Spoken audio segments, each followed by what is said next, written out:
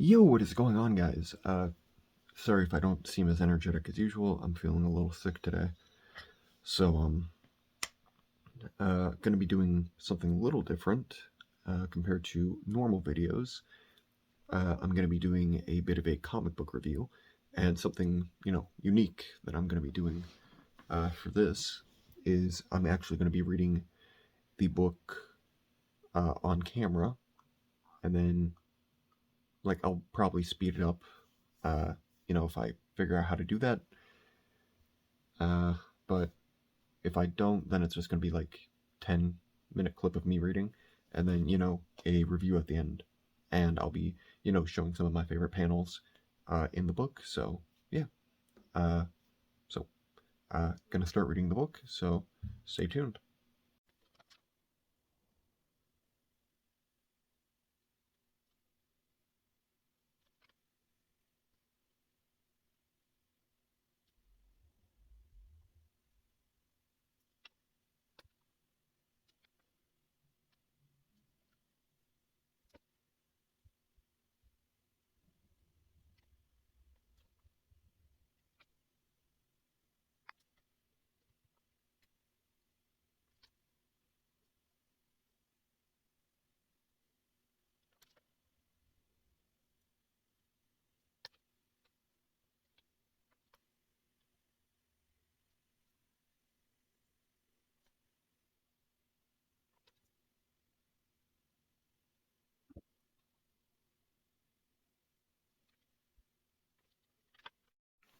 So anyway, just got done with this.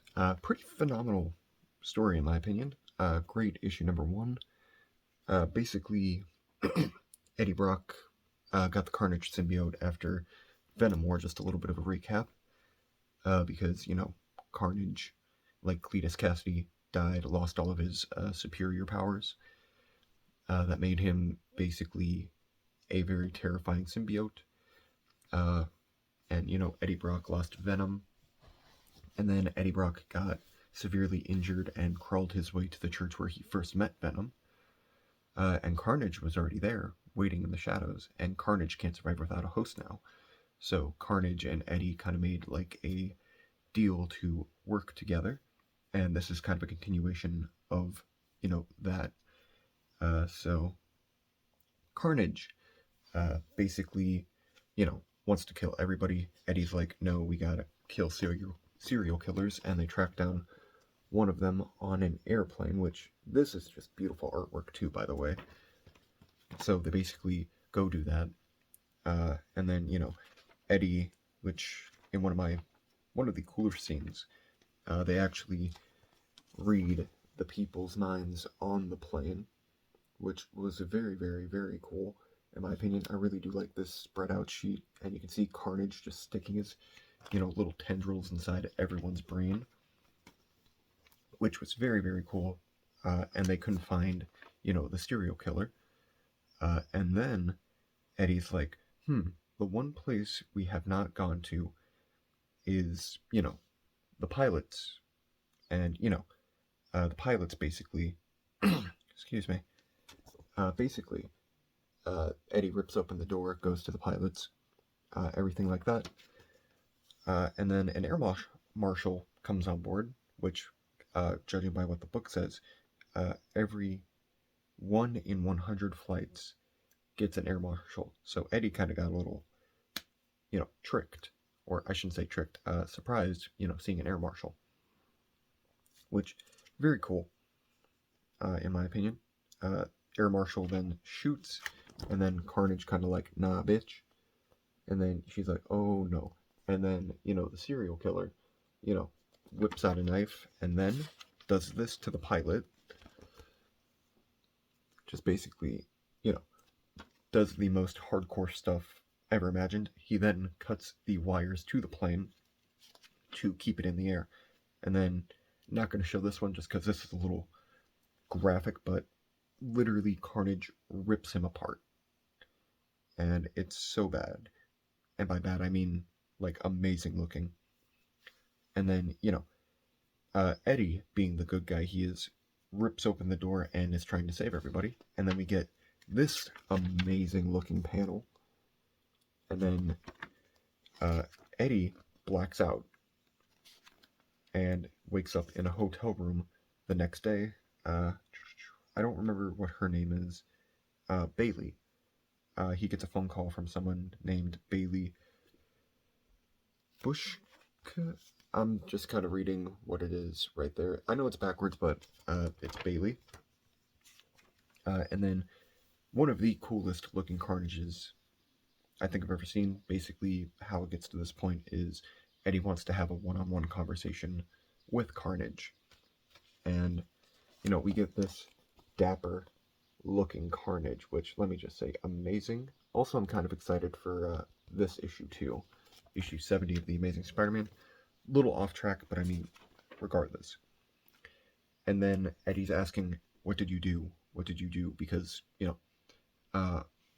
as last time we saw, Eddie was saving everyone on the plane, uh, and that's kind of where Bailey comes in, because Bailey's like, "Hey, the plane crashed, the pilots are dead, but they couldn't find any of the passengers." And Eddie's like, "Oh no," and that's kind of why he is going in depth with having a conversation with Carnage. And then Carnage is like, "Oh, I'm not going to tell you. That's my secret to hold, bitch." He didn't say it exactly like that, but that's kind of how it goes for my brain and how I kind of interpreted it. Interpreted it. I can't say the word. I'm sick. I don't care.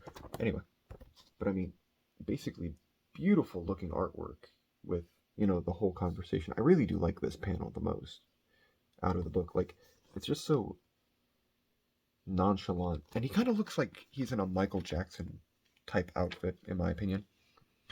And Carnage is like, "Yeah, well, I'm kind of trying to find my new host because you're not for me, Eddie. We are only stuck together because we needed each other, but I don't want you anymore."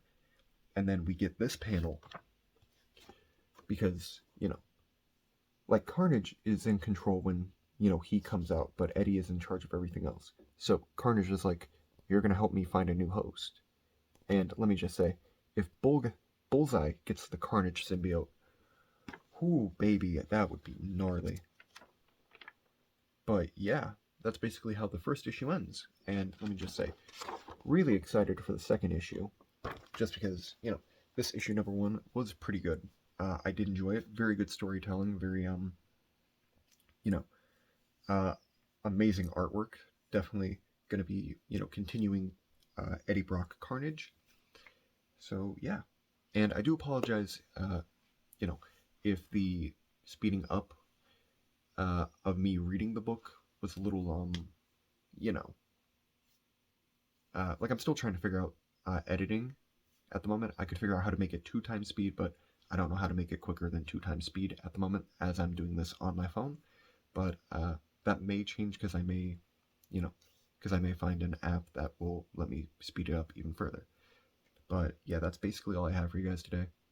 If you enjoyed this video and my review of Eddie Brock Carnage number 1, please leave a comment down below, like, comment, subscribe, and yeah, I will catch you in the next video. Peace.